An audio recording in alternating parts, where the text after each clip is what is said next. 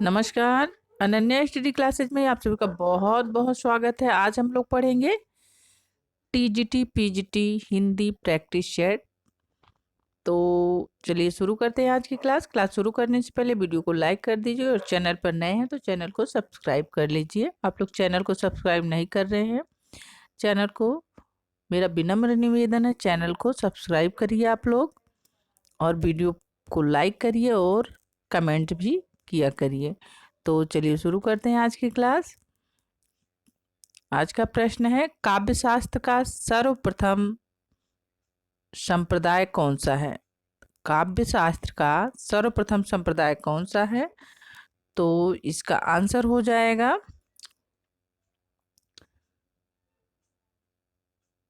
सी। इसमें होना चाहिए अलंकार संप्रदाय, जो नहीं लिखा गया है। यहाँ पे हो जाएगा ऑप्शन सी अलंकार संप्रदाय।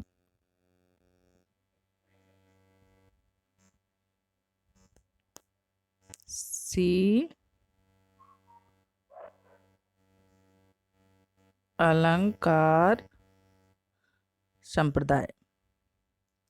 अगला प्रश्न है,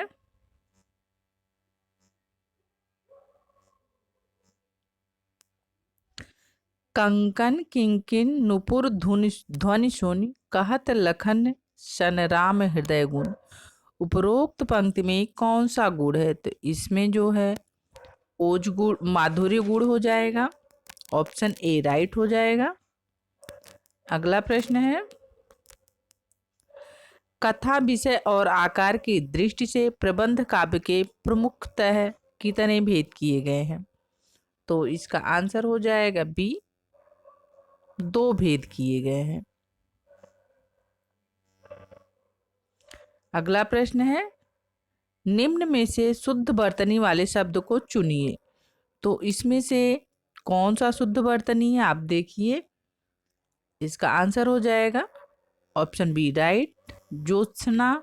ये जो है शुद्ध वर्तनी है और सब गलत है। अगला प्रश्न है,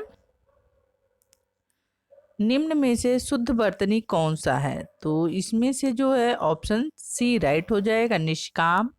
ये वाला शुद्ध वर्तनी है। अगला प्रश्न है, निम्न में से शुद्ध वर्तनी है। तो इसका आंसर हो जाएगा डी, ये सभी शुद्ध हैं। अगला प्रश्न है, पुस्तक निम्नलिखित में से किसका उदाहरण है? पुस्तक स्त्रीलिंग शब्द है या पुल्लिंग शब्द है या नपुंसक लिंग शब्द है? तो इसका आंसर हो जाएगा बी, स्त्रीलिंग शब्द है। इस पे सेंटेंस बना के देख लीजिए, पुस्तक पढ़नी है। पुस्तक पढ़नी है कहा जाता है, पुस्तक पढ़ना है नहीं। तो यह पुस्तक पढ़नी है, तो यह स्त्रीलिंग हो जाएगा। अगला प्रश्न है, कवि का स्त्रीलिंग शब्द कौन सा होगा? बहुत अच्छा क्वेश्चन है, बहुत ज्यादा पूछा जाता है, इसको आप लोग ध्यान से देखिए। कवि का स्त्रीलिंग क्या होगा? तो कवि का स्त्रीलिंग कवयित्री होगा। ये ए वाला ऑप्शन राइट हो जाएगा, कवयित्री। अगला प्रश्न है, निम्न में से कौन सा सही सुमेलित है? तो इसका आंसर हो जाएगा डी, ये सभी सही सुमेलित हैं। विद्वान का विदुषी, महान का महती, साधु का साध्वी। तो इस तरह से सब सुमेलित ही हैं। अगला प्रश्न है, निम्नलिखित में कौन सा संज्ञा व्यक्तिवाचक है? इसमें से कौन सा व्यक्तिवाचक संज्ञा है? तो इसका आंसर हो जाएगा इलाहाबाद। इलाहाबाद जो है व्यक्तिवाचक संज्ञा है। अगला है, निम्नलिखित में से सुमेलित नहीं है। व्यक्तिवाचक संज्ञा विजय, विजय व्यक्तिवाचक संज्ञा ही है। नदी जातिवाचक संज्ञा है। यौवन भाववाचक संज्ञा है। और मिठास, मिठास द्रव्यवाचक संज्ञा नहीं है। तो इसमें पूछ रहा है सुमेलित नहीं है, तो सुमेलित ये डी वाला नहीं है। मिठास जो है भाववाचक संज्ञा है, द्रव्यवाचक संज्ञा नहीं है। अगला प्रश्न है, निम्नलिखित में से कौन सा समूह स्त्रीलिंग है? इसमें से कौन सा समूह जो है स्त्रीलिंग है? तो इसका आंसर हो जाएगा डी, नदी, रोटी, टोपी। नदी, इस पे सेंटेंस बना के देख सकते हैं, नदी बह रही है, रोटी खानी है, टोपी लगानी है। तो इस तरीके से ये वाला भाग जो है डी है, स्त्रीलिंग समूह है। अब इसमें अगला प्रश्न है, ने विभक्ति का प्रयोग किस कारक के साथ किया जाता है? तो ने विभक्ति कर्ता कारक के साथ प्रयोग होता है। कर्ता ने कर्म को करण से संप्रदान के लिए, तो ने जो हो जाता है कर्ता के लिए। इसका ऑप्शन बी राइट हो जाएगा। अगला प्रश्न है, यहाँ पे ये प्रश्न दोबारा हो गया है, ने विभक्ति का प्रयोग किसके साथ किया जाता है? तो इसका आंसर भी हमने बता दिया है कि कर्ता के साथ किया जाता है। और अगला प्रश्न है, प्रत्यय से बनने वाले शब्दों के मुख्यतः कितने भेद होते हैं? तो इसका आंसर हो जाएगा बी, 2।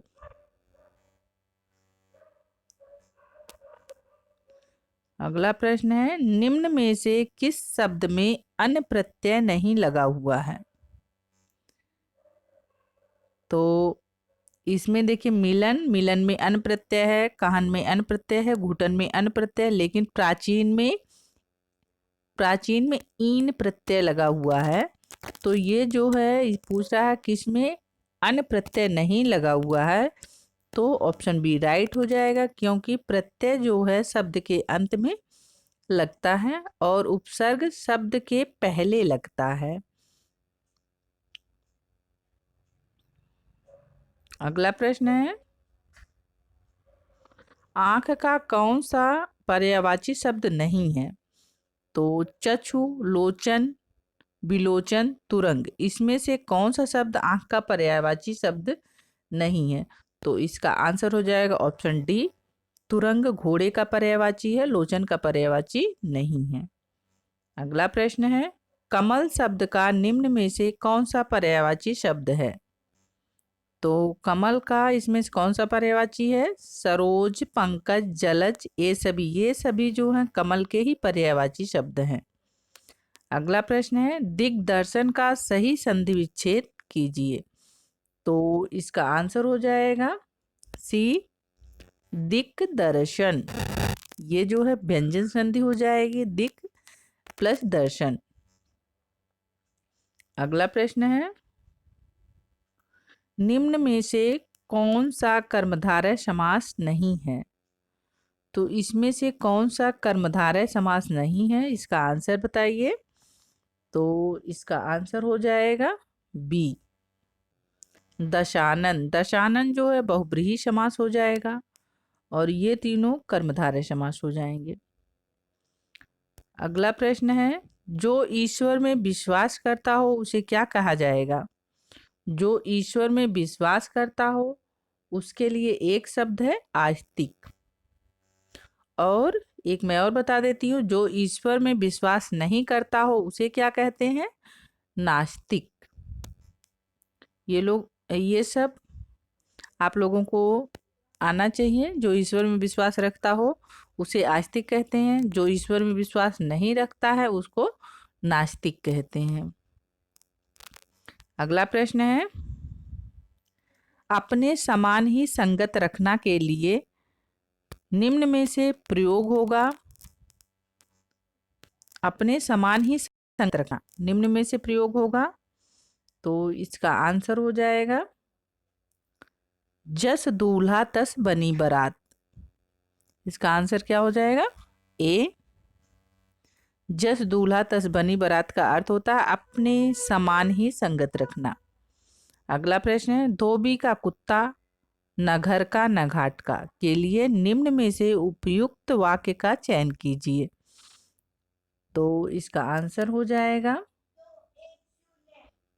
किसी का भी विश्वास पात्र ना होना। धोबी का कुत्ता न घर का न घाट का, अर्थात किसी का भी विश्वास पात्र ना होना।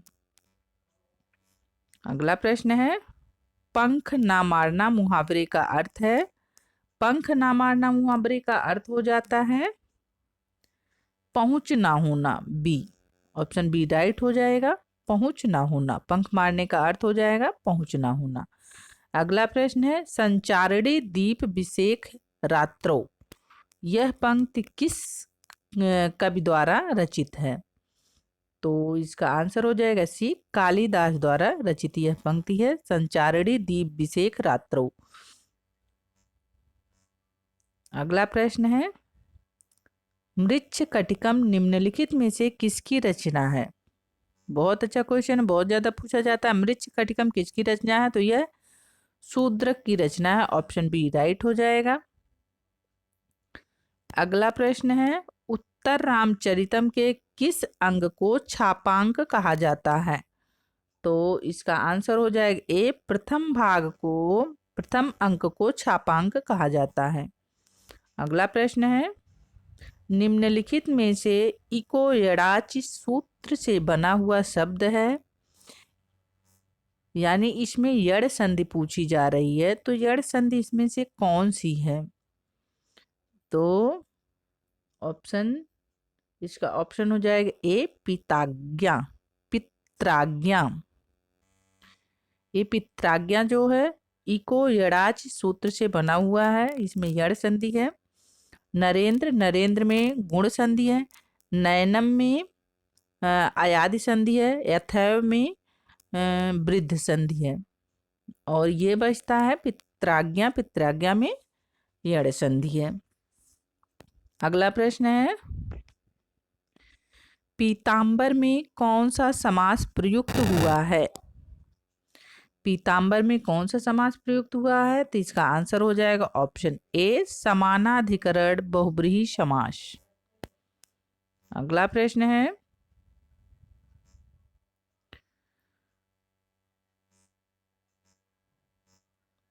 अनुरक्त कर्म में कौन सी विभक्ति होती है? अनुरक्त कर्म में कौन सी विभक्ति होती है? तो इसका आंसर हो जाएगा द्वितीया विभक्ति।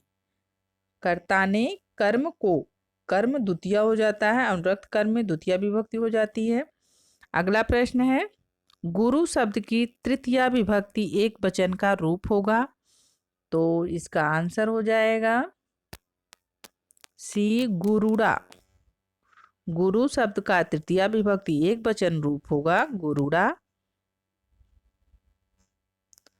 अगला प्रश्न है निम्न में से कौन सा संस्कृत उपसर्ग नहीं है? तो इसमें से संस्कृत उपसर्ग कौन सा नहीं है आपको देखना है। तो इसका आंसर हो जाएगा ए, आ जो है संस्कृत उपसर्ग,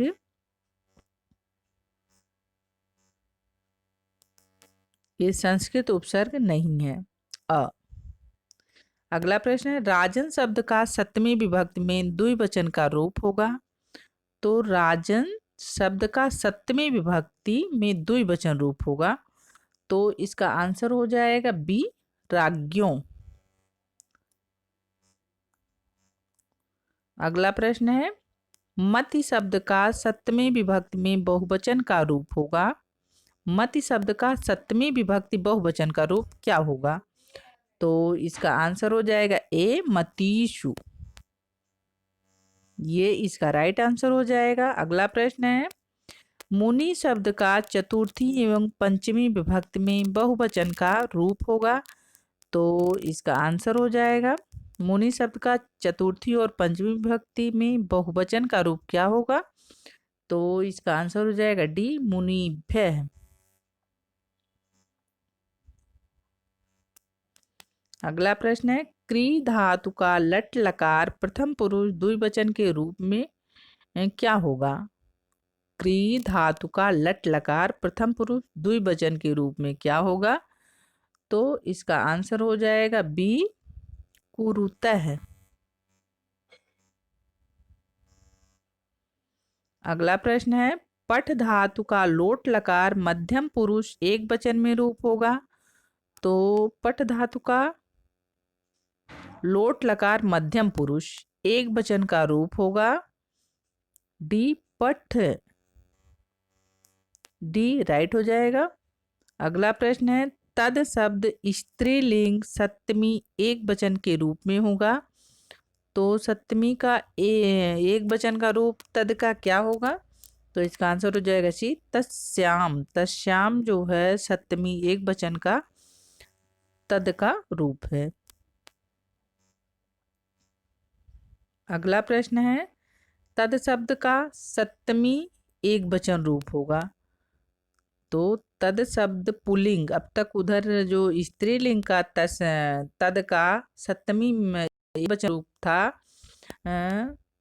अब ये जो है तद शब्द का पुल्लिंग सप्तमी एक वचन का रूप पूछा जा रहा है, तो इसमें हो जाएगा तद का तस्मिन।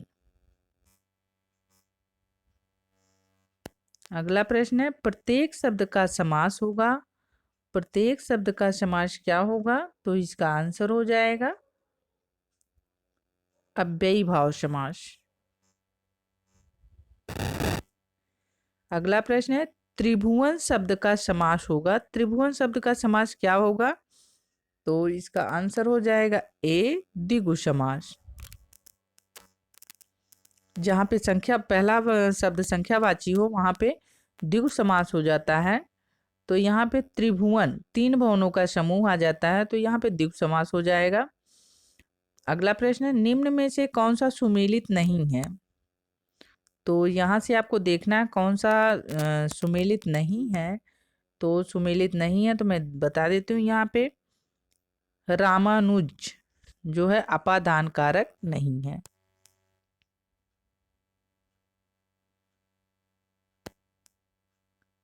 अगला प्रश्न है चंद्रशेखर शब्द में कौन सा समास है? चंद्रशेखर शब्द में कौन सा समास है? तो इसका आंसर हो जाएगा सी बहुब्रीहि समास है चंद्रशेखर में। अगला प्रश्न है गायक शब्द का सही संधि विच्छेद क्या होगा?